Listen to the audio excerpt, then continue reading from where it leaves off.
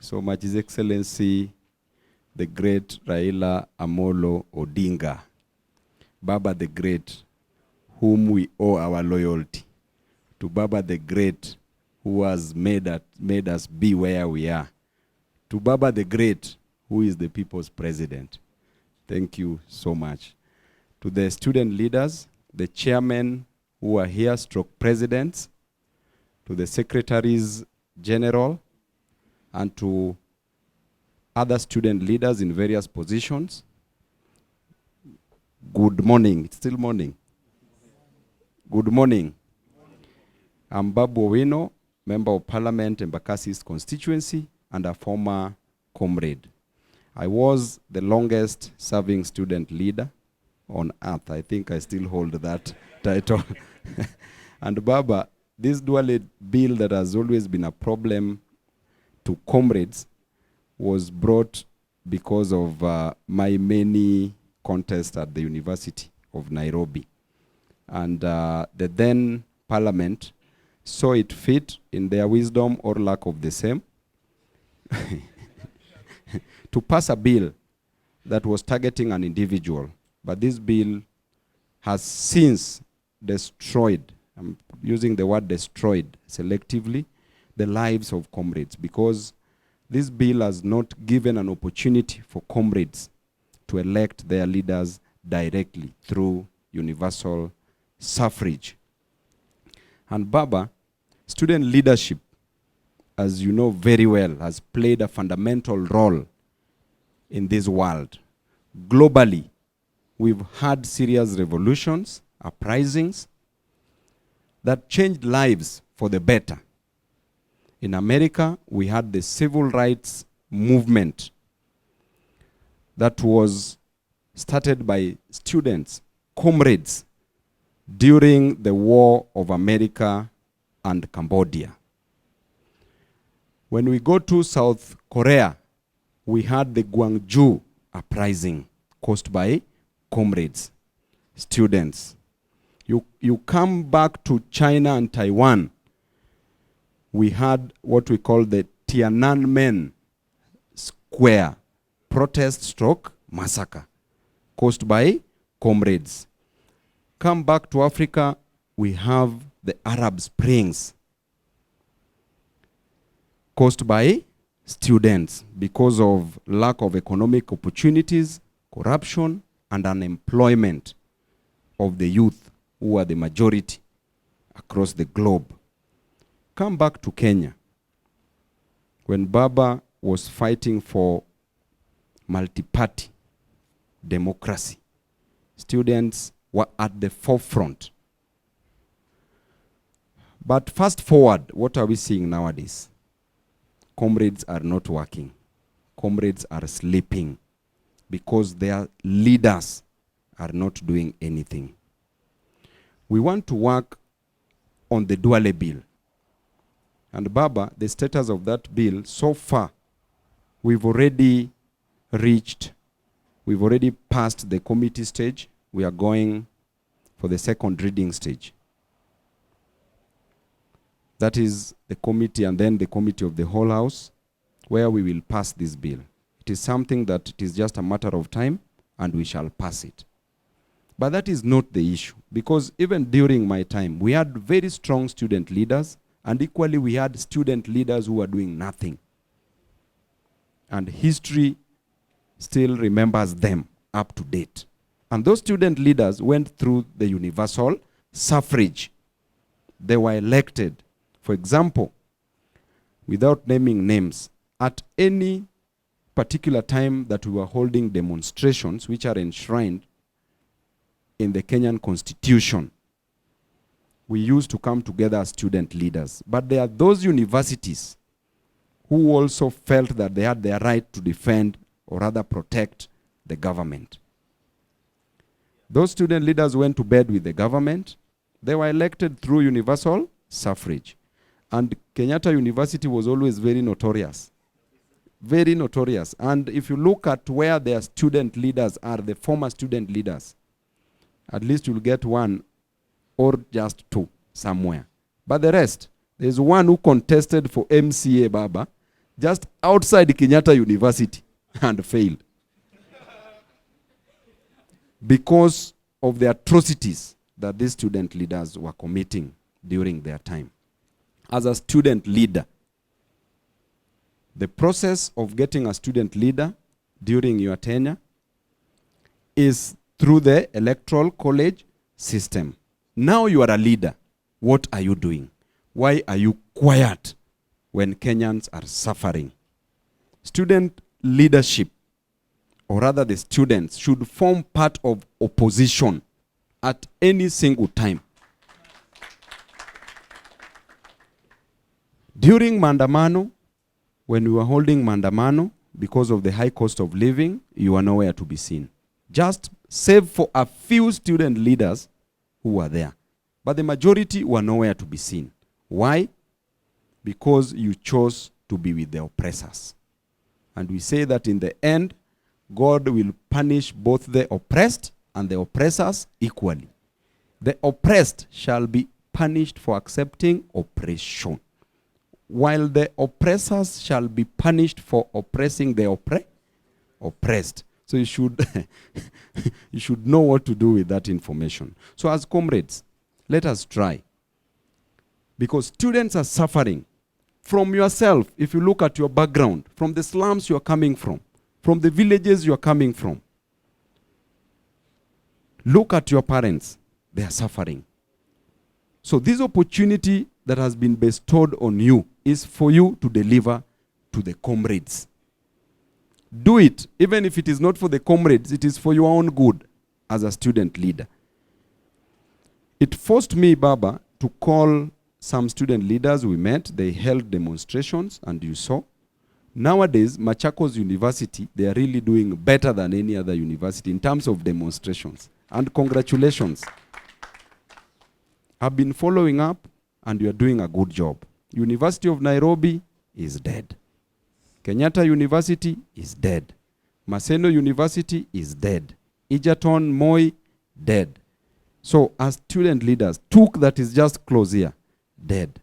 So as student leaders, what are you doing? We have issues ranging from the cost of living that you should be talking about, to issues affecting the lives of students in campus. Nowadays, student leaders are scared of suspensions and expulsions. Yes, the most important thing that took you to the university is to get a degree certificate. The second most important thing that you can come out with from the university is either a husband or a wife. The third most important is the fact that you are working for comrades. But nowadays, Baba, the student leaders cannot lead anything. Instead of being leaders, they are nowadays dealers. They are dealing. They go to these cabinet secretaries, they go to these offices. There is no way you can work as a student leader if you befriend people in government. Because how then will you do your role under the doctrine of separation of powers, checks and balances? You should be providing checks and balances to the current government. But you cannot deliver if you are in bed with those people in government, because you're already conflicted. So as comrades, let us try as much as we can. Being suspended, being expelled is an occupational hazard in leadership. Once you are a politician, once you are a leader, there are certain things that may or will happen to you. Number one, you can be arrested anytime and taken to prison or seek an asylum. Number two, you can die. Oh, comrade, the senior comrade is here. Comrade James Orengo. Karibu, Governor. Karibu. Keti. Asante sana. That's a senior comrade from the University of Nairobi. So, number one, you can be taken to prison anytime as a comrade, as a leader, even in the national platform. Or you can seek an asylum. Unaweza wacha nchi yako anytime utoroke. Number two, You can die anytime. But there's a Latin word that says memento mori, that eventually either way we will die. So even if you die now or die tomorrow or die in 100 years time, you will still die. True or false? So you should not fear death. Naona another senior comrade hapo, Gabriel Oguda. Sawa kabisa. Number 3, you can enjoy also. But most importantly is service delivery to your constituents. So the issue of arbitrary suspensions and expulsions we can handle in 2 fronts. Number 1, by going to court, the litigation process, because education is entrenched in the Constitution as a fundamental human right. Number 2, we can talk to the vice chancellors, and I've been doing that a lot. And I want to thank Professor Kiama from the University of Nairobi, the vice chancellor, the current vice chancellor. Baba, around 202 students were suspended / expelled from the University of Nairobi by the time I was leaving. When I became a member of parliament, they were all brought back. As we speak, from the University of Nairobi, all those students who were suspended and expelled, even from 10, 12 years ago, were brought back to campus. So that is a person who at least is doing something. So through Baba and even myself, will be ensuring that we talk to these vice chancellors so that you are given an opportunity to clear your education. So you should not fear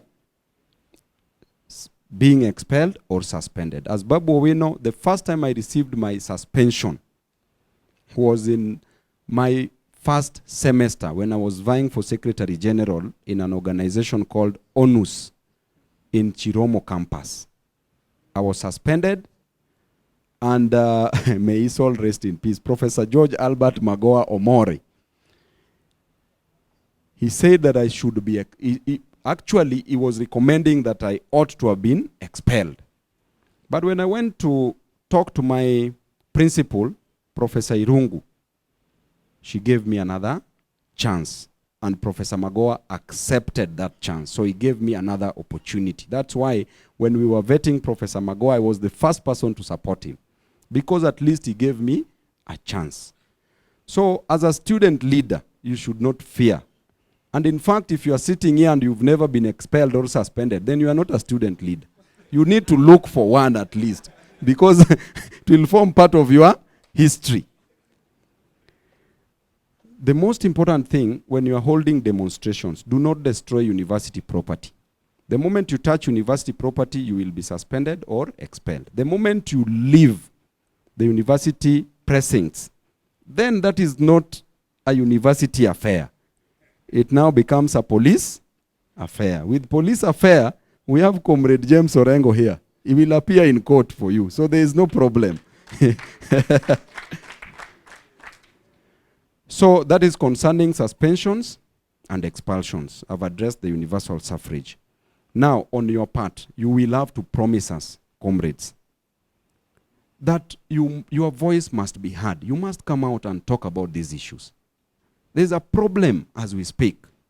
I was talking to Baba the other day. Baba was advising me on how the price of fuel in Tanzania is lower than the price of fuel in Kenya. But Kenya is giving an excuse every other time that because of the war between Russia and Ukraine, which when we were campaigning, Ruto himself was saying that that is not the cause of the cost of fuel. If you look at Russia, the economy of Russia is growing as there is recession in the United Kingdom. And Russia is selling its oil products cheaply to the members of BRICS. If you look at the war between Israel and Hamas that they are quoting again, yet in Tanzania, the price of fuel is going down. So this war is only affecting Kenya and not Tanzania. But you see, again, we got somebody who is not intelligent. That is Ruto. Lacks wisdom, lacks intelligence, lacks everything. Why? Because simple economics states that if you increase taxes, you will literally create low demand. With low demand, there will be low supply of any good and service. So how then do you want to collect revenue? That's why now they are so desperate, including collecting taxes in everything. So I want to leave it at that, and I want to wish you all the best as comrades, but promise us that the moment you leave here, you should not be pushed. You should just do your role as a student leader. I did it, that's why I'm here. Were it not for being a student leader, were it not for student leadership, I would not be here today. I would not be a member of parliament. So, comrades, you must do something.